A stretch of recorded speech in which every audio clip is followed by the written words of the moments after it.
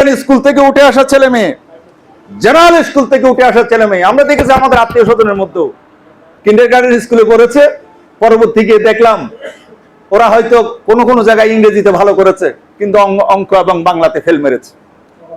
অঙ্ক অর্থাৎ পারফেক্টলি তাদের ব্রেনকে ওরা অগ্রসর করতে পারে নাই, কারণ সে তো ইংরেজি শুনে শিখতেছে, বাইবরণ ইংরেজি শেখা নাই, সে কারণে ইংরেজিতে জোর দিতে গিয়ে সে তার আসল বাংলা এবং অঙ্ক ম্যাথটাকে সে হারিয়ে ফেলেছে, যার কারণে সে প্রতিযোগিতায় টিকতে পারে নাই। এটা আমাদের গবেষণা। এরপর আপনি দেখেন এটা করতে গিয়ে হয়েছে কি, সমাজ থেকে ইসলাম উঠে গেছে। এখন আমাদের ছেলেদেরকে যে বয়সে আরবি শেখার কথা সে বয়সে আমরা ইংরেজি শেখাচ্ছি, যার কারণে সমাজে যেটা বনিদি ইসলামের যে ম্যানার, এটা সমাজ থেকে উঠে গেছে। এটাই আজকে আমাদের বিধর্মী যারা এটা চাচ্ছে, ইসলাম সামাজিকভাবে যতটা ফাঁকাপোক্ত ছিল সেটার শিকড় কিন্তু উপড়ে ফেলে দিয়েছেন, দুর্বল করে দিয়েছেন।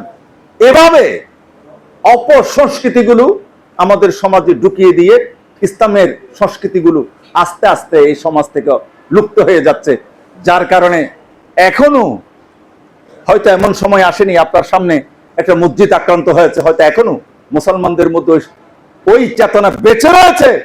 এই চেতনার মাধ্যমে মসজিদ রক্ষা করতে হয়তো আপনি যাবেন, কিন্তু আপনি ঈমান রক্ষা করতে যাচ্ছেন না, আকীদা রক্ষা করতে যাচ্ছেন না। আপনি মুসলমান, 90% জন মুসলমান হওয়া সত্ত্বেও আপনারা কিন্তু আকীদা রক্ষা করতে যাচ্ছেন না।